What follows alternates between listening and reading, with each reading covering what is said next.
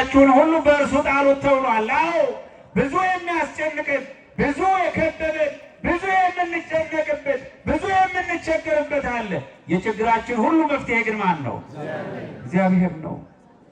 አዎ ስለዚህ ዓለም የተቸገረበትን መፍትሄ ያመጣ ዘንድ ድንግል ማርያምን ለቅዱስ ኢያቄምና ለቅድስት ሐና ሰጠ።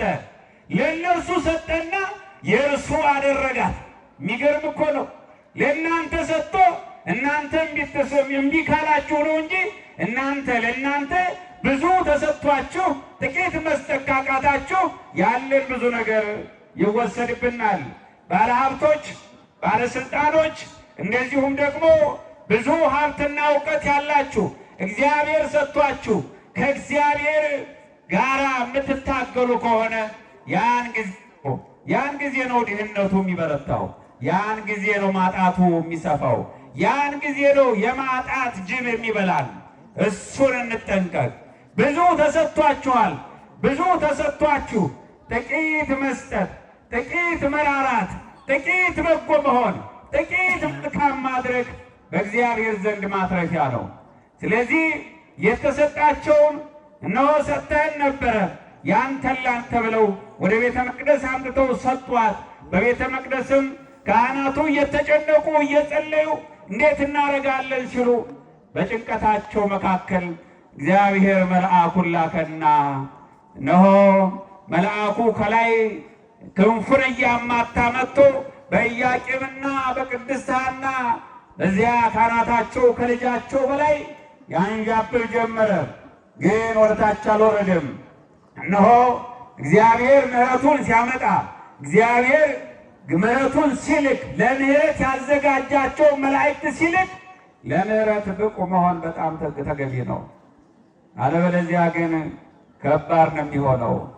እናም መልአኩ በነበረበት ሰዓት ምንም መውረድ አልቻለም። እስቲ ተዋትና እናንተ ወደዚህ ጠጋ በሉ ተባሉ።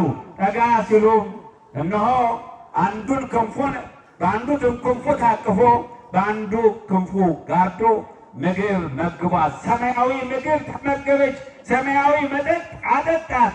ስለዚህ እነሆ ድንግል ሆይ ሰማያዊ ምድራዊ ምግብ አልበላሽም፣ ድንግል ሆይ እነሆ ሰማያዊ ምድራዊ መጠጥ አልጠጣሽም፣ እንዲያውም እግዚአብሔር በሰማይ እያዘጋጀው መላእክት ያመጡትን ሰማያዊ ምግብና ሰማያዊ መጠጥ ጠጣሽ እንጂ።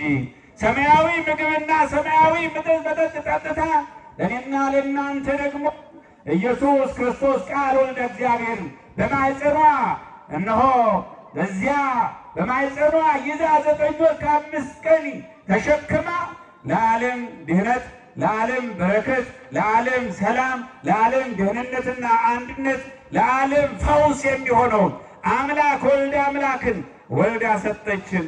ሰማያዊ ኅብስት በልታ ሰማያዊ አምላክን በማኅፀኗ ተሸከመችው። አዎ ስለዚህ እንዲህ አይነት ስጦታዎች፣ እንዲህ አይነት ብፅዓት፣ እንዲህ አይነት ልዩ ስጦታ እነሆ እግዚአብሔር ፈልጎታል። እግዚአብሔርም ደግሞ ስጦታቸውን ተቀብሎ ቀድሞ ሰጥቷቸው በኋላ ተቀበላቸው። ተቀብሎ ደግሞ ለእናትና ለአባቷ ብቻ ሳይሆን ለዓለም ሁሉ በረከት የሆነች እናት፣ ለዓለም ሁሉ በረከት የሆነች ልጅ፣ ለዓለም ሁሉ በረከት የሆነች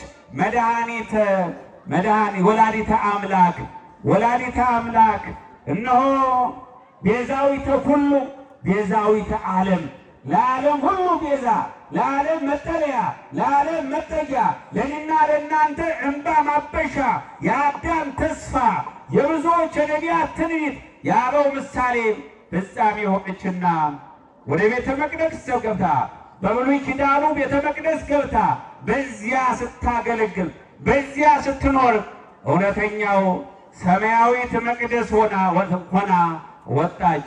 የአዲስ ኪዳን መቅደስም እርሷ ራሷ ሆና ተገኘች።